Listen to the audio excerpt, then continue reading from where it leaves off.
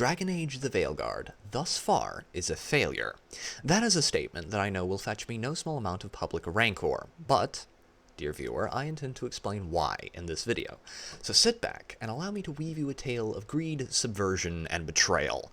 Dragon Age Origins was the second RPG title released under the yoke of EA, and it seemed that Satan, I mean Bobby Kotick, had left well enough alone, and the studio was thus able to rear big, strong franchises that were beloved by all.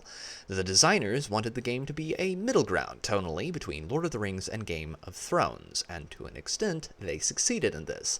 Aspects of the world were almost straight up snatched from both settings, and it felt as though its antecedents lay in the grim dark darkness of the grim dark 90s, from the Grey Warden's darkspawn blood ritual of investment into the Order, which had a rather low survivability rate, to the Darkspawn themselves being a creation of a bunch of mages who wanted to usurp God. The game gave you the choice between being a hero of Arthurian proportions and being a character so edgy as to make Elric of Melniboné jealous.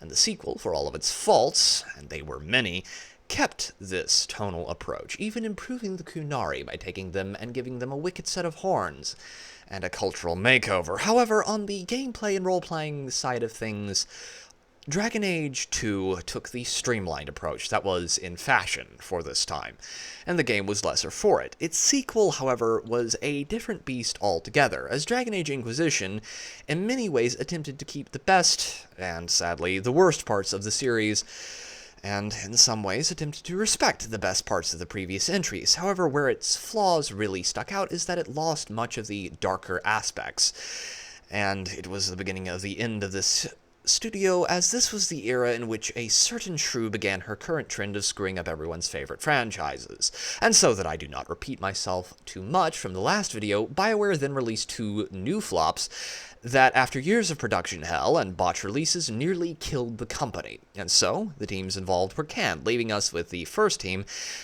that was supposed to crank out Dragon Age the Veilguard, when it was still called Dreadwolf. However, that team was tossed, and we got the current team that retitled the newest entry Veilguard.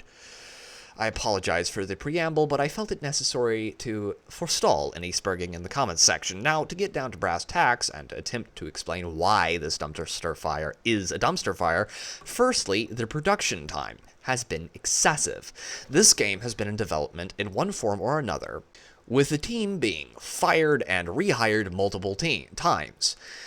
And that means that they had a bunch of new people who had to learn how to use Frostbite Engine and learn about Dragon Age itself. And then there is the development time, and this is probably extremely generous, but let's say that BioWare started development on Veilguard the year after they released Anthem. That would mean that they have been subsisting at the mercy of EA on the repute of their former genius and the profitability of their past products, which I would remind you the last two weren't particularly profitable, for nearly a decade. And now that Veilguard has released, it has profoundly underperformed comparatively to its competitors. For example, Baldur's Gate 3 had nearly 900,000 players at peak, according to SteamDB. Heck, Starfield had a higher player count, and it had almost as much controversy as Veilguard, especially after our lord and bald-pated patron saint blasted it for, "Sorry, did you want to get immersed in our world? Yeah, well, guess what? Fucking pronouns! Fucking gender ambiguity! Fucking current-day Californian shit!" and yet it still did better than Veilguard. Veilguard has followed the same formula as every failed Hollywood and Silicon Valley adaptation that took a franchise's name and nothing else, and then they made it. Put a chicken in and make her name it gay! Veilguard doesn't play like a Dragon Age game, it doesn't look like a Dragon Age game, but it does have the name of Dragon Age, and a whole lot of Corpo ESG cash for the moment. But mark my words, the studio is going to have to explain why they were worth wasting the sheer buttload of resources expended to keep them afloat when they cannot deliver a game that is an actual commercial success. But that's all I've got for today, ladies and gentlemen. I would love to hear what you think down below. Leave a like if you enjoyed the video, and until next time, this has been Pete, the Radical Nerd, signing off.